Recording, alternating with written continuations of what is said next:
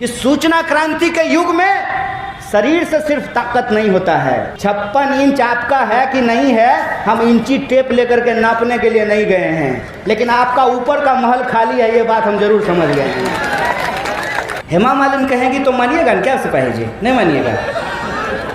हेमा मालिनी कहती है कि केंट देता है शुद्ध पानी, तो घर में केंट लगा लेते हैं। हेमा मालिनी कह रही है ना, कोई कन्हैया कुमार कह रहा है कि नहीं लगाएंगे। आप में से कितना लोग फेयर एंड लवली लगाए हैं? लगाए हैं ना? मुंह गोरा हुआ। वो घड़ी डिटर्जेंट की तरह नहीं है, पहले इस्तेमाल करें फिर विश्वास करें, ऐसा नहीं। मोदी जी दाढ़ी बढ़ा लें कि मोदी जी माथा मुड़वा लें कि आधा माथा मुड़वा लें, उसमें हल्दी चुन्ना लगवा लें, हैं कि भौवा मुड़वा लें किसी दिन, वो इससे देश को क्या लेना देना है? मोदी जी मोर को खाना खिलाते हैं, मोदी जी सुग्गा को अपने हाथ पे टहलाते हैं, इससे हमको क्या लेना देना है? अब बेईमान को बेईमान कहते हैं तो कहते हैं कि आप देश की आलोचना करते हैं। चुप लुच्चा, तुम देश कब से हो गया जी? तुम्हारे प्यार का हम सम्मान करते हैं। क्यों कहावत है ना, दिल आया गधी पर तो परी का क्या करें। मोदी जी मोर को खाना खिलाते हैं, मोदी जी सुग्गा को अपने हाथ पे टहलाते हैं, इससे हमको क्या लेना देना है? ये देश का मुद्दा है क्या? फिर हमको लगता है कि धीरे धीरे धीरे धीरे हमको इसकी आदत लगाई जाती है। जो बात पहले अखबार के आखिरी पन्ने पे हुआ करता था कि किस हीरोइन का किस हीरो के साथ चक्कर चल रहा है, ये अखबार के आखिरी पन्ने पे हुआ करता था। वो आखिरी पन्ने का खबर देश के अखबार के पहले पन्ने पे पहुंच गया, और जो खबर को अखबार के पहले पन्ने पे होना चाहिए था वो खबर को अखबार से गायब कर दिया गया है। आपको खबर है क्या कि आपके इर्द गिर्द क्या हो रहा है? इस देश के लोगों के साथ क्या हो रहा है? आपके शहर के साथ क्या हो रहा है? मैं जब आ रहा था तो हम और कन्नन साहब आपस में बात कर रहे थे, क्योंकि जहां भी जा रहे थे ना तो एक बड़ा सा सीमेंट का टुकड़ा रोड के बीच में रखा हुआ है। तो हमको पूछे कि इसका क्या मतलब है? हम बोले हमको भी नहीं पता है कि इसका क्या मतलब है। तो एक लड़का जो गाड़ी में था वो बोला कि सर ये तो कुछ नहीं है, लोग तो सड़क पे गेहूं सुखाते हैं। तो कन्नन बोले कि गेहूं सुखाता है, चलो वो तो कोई काम है, लेकिन इस सीमेंट का टुकड़ा आपके रोड पे पड़ा हुआ है, इसका क्या मतलब है? ऐसा है कि नहीं है? सिवान के कई सड़कों पे आप घूम करके देखिए तो सीमेंट का टुकड़ा पड़ा हुआ है, मेन हॉल खुला हुआ है, गटर में पानी पास नहीं कर रहा है, बिजली 24 घंटे नहीं आती है, इंटरनेट आधा घंटा स्पीड से चलता है बुलेट ट्रेन से, आधा घंटा के बाद EMU बन जाता है। ये आपके साथ रोज हो रहा है। इस सवाल से आपको कोई लेना देना नहीं है। आपके जीवन की जो वास्तविकता है, जो सच्चाई है, उस बात से आपको दूर कर दिया गया है। और आप किस में चर्चा कर रहे हैं? दीदी बंगाल जीतेगी। अरे दीदी बंगाल जीतेगी कि हार जाएगी, आपको नौकरी मिलेगी?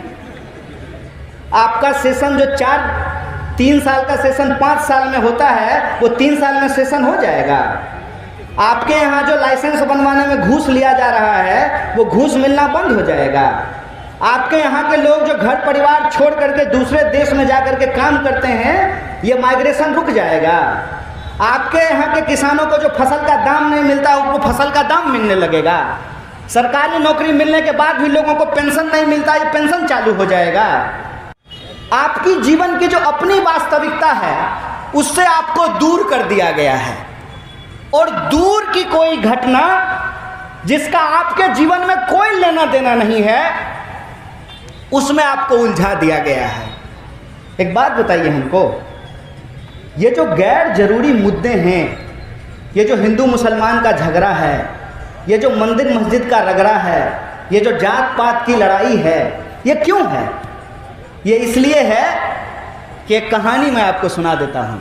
बचपन में पढ़े थे हम लोग स्कूल में कि एक सेठ बीमार था और उस सेठ के 4 बच्चे थे। चारों बच्चे आपस में लड़ते रहते थे। सेठ को इस बात की चिंता थी कि मेरे मरने के बाद ये चारों भाई आपस में लड़ेंगे और सारा संपत्ति जो हमने मेहनत से कमाया है उसको ये बर्बाद कर देंगे। वो सेठ बेड पे पड़ा हुआ था और एक दिन अपने चारों बच्चों को बुलाया और चारों को 4 लकड़ियों का एक गट्ठर दिया, बारी बारी से कहा तोड़ करके दिखाओ। कोई भाई उसको तोड़ नहीं पाया। फिर उस लकड़ी को एक एक करके दिया, सबने उसको तोड़ दिया। वह यह समझाने की कोशिश कर रहा था कि इस देश के जो आम लोग हैं, बोलिए समाज में ज़्यादा गरीब लोग हैं कि अमीर लोग हैं? बॉर्डर पर गरीब का बच्चा मरता है कि मंत्री जी का बच्चा मरता है? किसान खेत में जो आप आत्महत्या कर रहे हैं वो गरीब हैं कि अमीर हैं? और सरकार को वोट देने वाला लोग गरीब है कि अमीर है? तो ऐसा कैसे हो रहा है? हम ही वोट दे रहे हैं, हम ही सरकार चुन रहे हैं और हमारे साथ ही सारी समस्या हो रही है। कभी तो आपके मन में ये विचार आना चाहिए ना कि भाई हमको सरकारी नौकरी नहीं मिल रही है, सरकारी नौकरी अगर मिल भी जाए तो हमको पेंशन नहीं मिलेगा।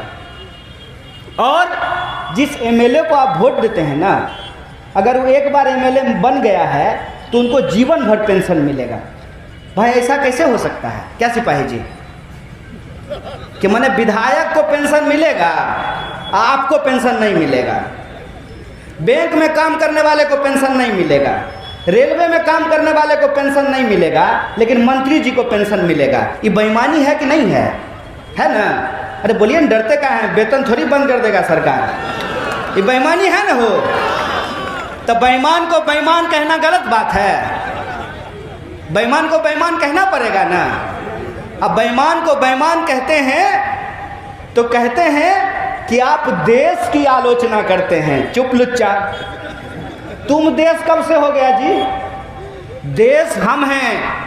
देश में रहने वाले जो 135 करोड़ लोग हैं उनसे देश बनता है और उनके हक और अधिकार की बात करना ही देश की बात होती है।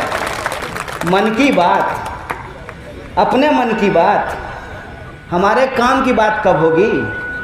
इस देश के आम आवाम की बात कब होगी? इस देश में जो शिक्षा की हालात पैदा की गई है उस पर सवाल कब खड़ा किया जाएगा? कोई ये सवाल क्यों नहीं पूछता है कि जब राष्ट्रपति जी का वोट एक और जूता सिलने वाला का वोट एक, फॉर्चूनर पे चलने वाला का वोट एक, हेलीकॉप्टर पर उड़ने वाला का वोट एक और A1 साइकिल पर घूमने वाला का वोट एक, जब इस देश के संविधान ने हमको बराबरी का अधिकार दिया है तो ये बात हम क्यों नहीं बोलेंगे कि राष्ट्रपति हो या चपरासी की संतान सबको शिक्षा एक समान? ये बात हम क्यों नहीं बोलेंगे?